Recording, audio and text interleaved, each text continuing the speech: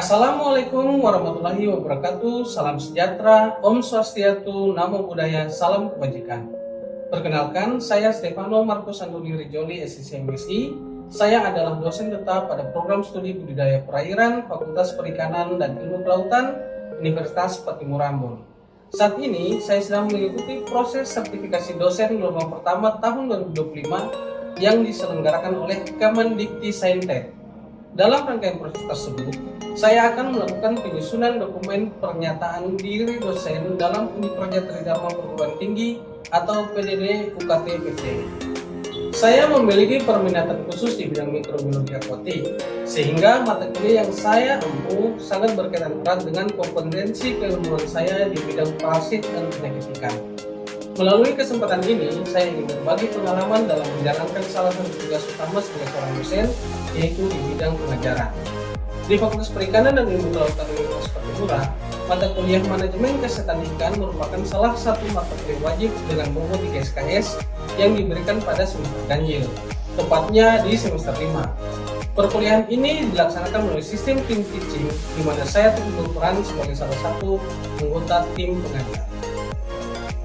Capaian pembelajaran lulusan yang dikaitkan dengan mata kuliah ini mencakup: yang pertama, menguasai pengetahuan dasar-dasar budidaya perairan, genetika dan reproduksi ikan, penyakit dan kesehatan ikan, produksi pakan alami, nutrisi ikan, mikrobiologi akuatik, fisika kimia perairan, pengelolaan kualitas air, site selection dan desain wadah budidaya, serta menguasai pengelolaan industri perubenihan serta pembesaran ikan di rawa, payau, laut, dan air tawar. Capaian yang kedua, mampu menguasai prinsip site selection dan tata kelola wadah budidaya, prinsip dan teknik perkembangbiakan dan pembesaran ikan, pengelolaan kualitas air, identifikasi dan pengendalian hama dan penyakit, produksi pakan alami, penyusunan formulasi, dan pengelolaan pemberian pakan dan wirausaha. Sedangkan capaian pembelajaran mata kuliah atau CPMK yang diharapkan adalah: yang pertama, mahasiswa mampu menjelaskan cara-cara dan tindakan dalam pengendalian kesehatan ikan. Yang kedua, mahasiswa mampu menjelaskan prinsip diagnosa penyakit, profilaksis, dan terapi ikan. Dan yang terakhir, mahasiswa mampu menjelaskan cara-cara pengobatan penyakit infeksi pada ikan.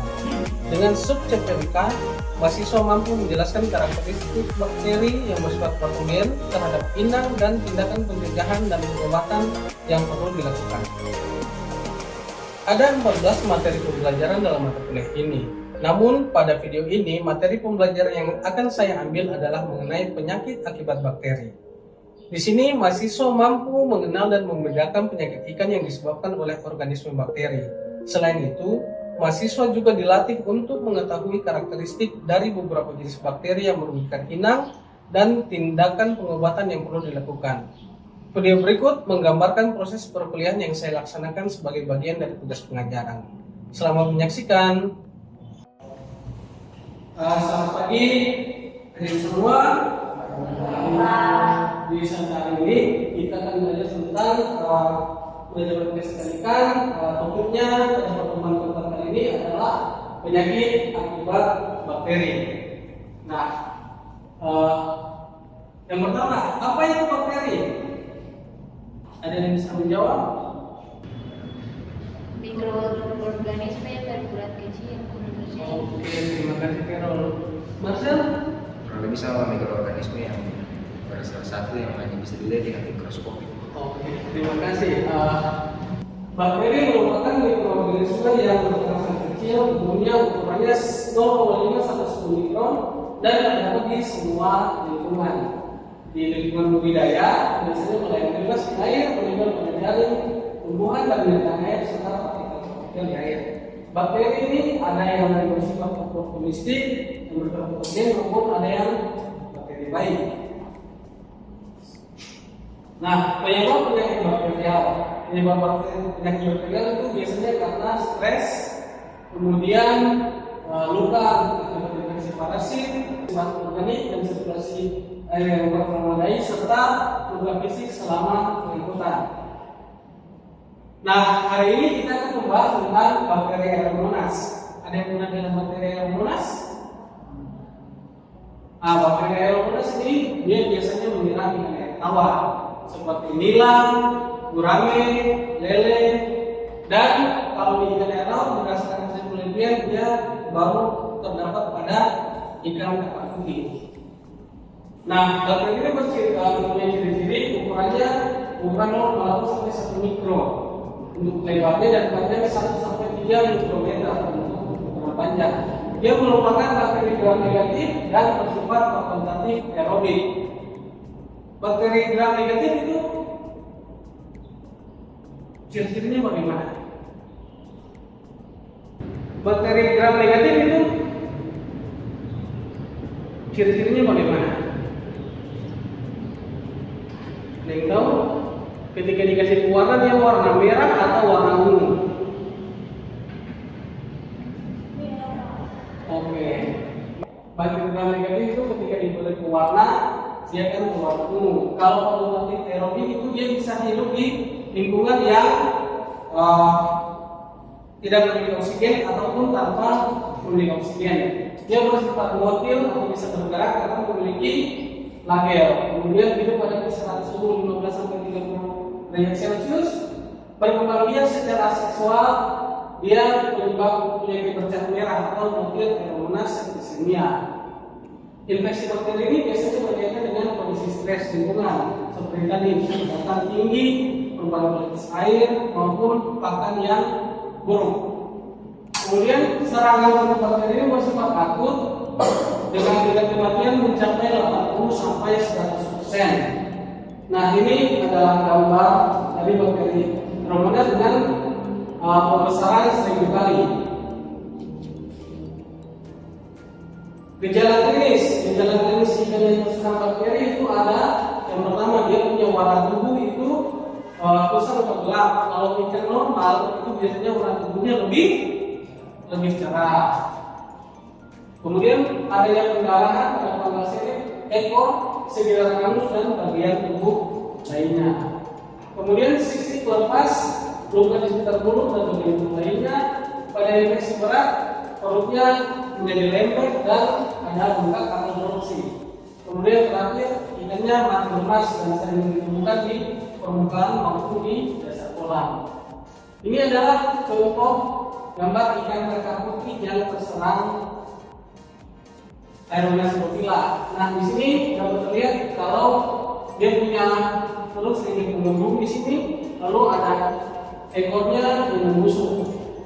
Di gambar B itu ada luka di bagian atas kepalanya, luka tak besar. Gambar C itu menunjukkan bahwa di bagian ekornya itu membusuk. Warnanya berubah dari hitam menjadi putih. Untuk yang D bisa dilihat kalau dalam matanya itu terbentuk kayak awan gitu. Kalau di manusia sejenis katarak. Nah, terakhir adalah hemoragi atau pendarahan. Ini dari Devadason 2023.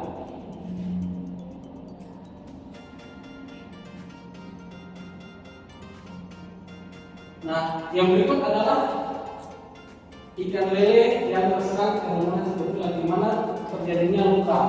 Ini hasil penelitian saya sendiri di tahun 2018. Untuk pengendalian, dalam hal ini pengendalian terhadap penyakit ikan ini, penyakit bakteri feromonas ini adalah dua tahap, pencegahan sama pengobatan. Untuk pencegahan, kita biasanya menjaga kualitas air. Contohnya apa saja? Kolam ataupun PCA itu sering dibersihkan, pergantian air, kemudian aerasi, dan memperhatikan parameter kualitas air, suhu, pH, pH, dan yang terpenting untuk ikan air salinitas. Kemudian mengurangi stres pada ikan, kepadatan. Jadi ketika misalnya kepadatannya itu 50 ekor per keramba, harus 50, jangan sampai lebih 100 atau lebih dari 100. Kemudian nutrisi ikan yang baik, pakan yang diberikan itu harus berkualitas tinggi dan secara teratur. Kalau ikan kakap atau ikan muara yang dipelihara itu diberi makan berapa kali sehari? 2, pagi dan sore. Oke. Untuk pengobatan Di sini biasanya menggunakan antibiotik atau bisa menggunakan bahan alami. Nah, untuk antibiotik yang biasa digunakan untuk mencegah pengobatan ikan terserang Caromonas adalah dengan teramisin yang direndam ukurannya 10 ppm. Kalau disuntik ke dalam ikan itu 25 mg per kilogram berat ikan. Streptomycin diberikan dengan cara disuntik dengan dosisnya itu 15 sampai 25 mg per kilogram ikan. Yang terakhir oxytetracycline sebanyak 10 ppm atau disuntik dengan dosis 15 mg per kilogram ikan. Namun pada saat ini penggunaan antibiotik ini sudah dilarang atau diminimalisir karena antibiotik ini berbahaya dan dapat menyebabkan residu pada ikan dan ketika dikonsumsi oleh manusia bisa bersifat toksik. Kemudian untuk penggunaan bahan herbal sekarang lebih disarankan untuk menggunakan bahan herbal karena dia lebih aman dan tidak ada efek samping. Baik itu ada beberapa hasil penelitian untuk pengobatan terhadap bakteri Aeromonas cerevisiae ini. Antara lain dengan menggunakan bawang putih. Penelitian dari Handayani dan Siswanto di tahun 2019. Kemudian jamur biji oleh Rosida dan Atisia tahun 2012, di mana dengan merendam ekstrak jamur biji dengan konsentrasi 580 ppm akan digunakan untuk pengobatan kuning ikan gurame. Kemudian menggunakan rumput laut Gracillella frondosa sebesar 2 kg per kilogram pakan mampu mengobati ikan lele. Dan yang terakhir dengan pemberian polifenol saitun dalam pakan meningkatkan respons imun ikan kakap putih. Sekian dan terima kasih. Ada pertanyaan?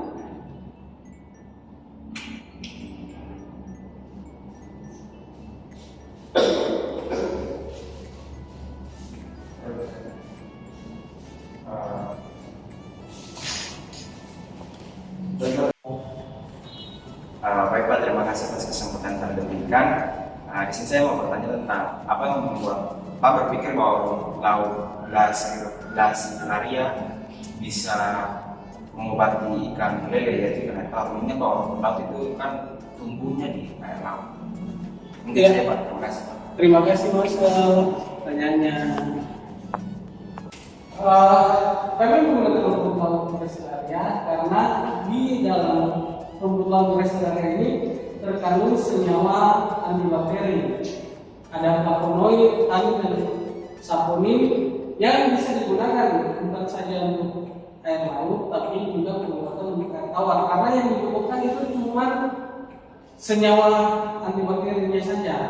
Jadi semua di sini ada bawang putih, jamur biji, maupun zaitun, itu semuanya memiliki senyawa antibakteri yang ketika diekstrak dan dicampur ataupun direndam ataupun disuntik itu bisa meningkatkan respons imun dari hewan uji kita, mau diberikan air tawar, diberikan air laut, karena dapat meningkatkan dia punya respons imun.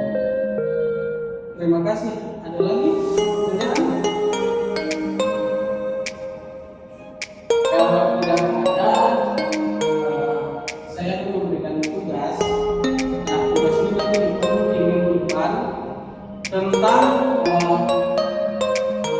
pengobatan ikan yang virus dan jamur. Sekian kuliah ini. Selamat siang. Demikian video pembelajaran saya dalam mata kuliah manajemen kesehatan ikan dengan materi penyakit ikan akibat bakteri pada program studi budidaya perairan Fakultas Perikanan dan Sumber Kelautan Universitas Madura. Kiranya video ini dapat menjadi pertimbangan yang baik dalam pengajuan sertifikasi dokter diploma pertama tahun 2020. Assalamualaikum warahmatullahi wabarakatuh. Salam sejahtera, namo buddhaya, salam kebajikan. Sekian dan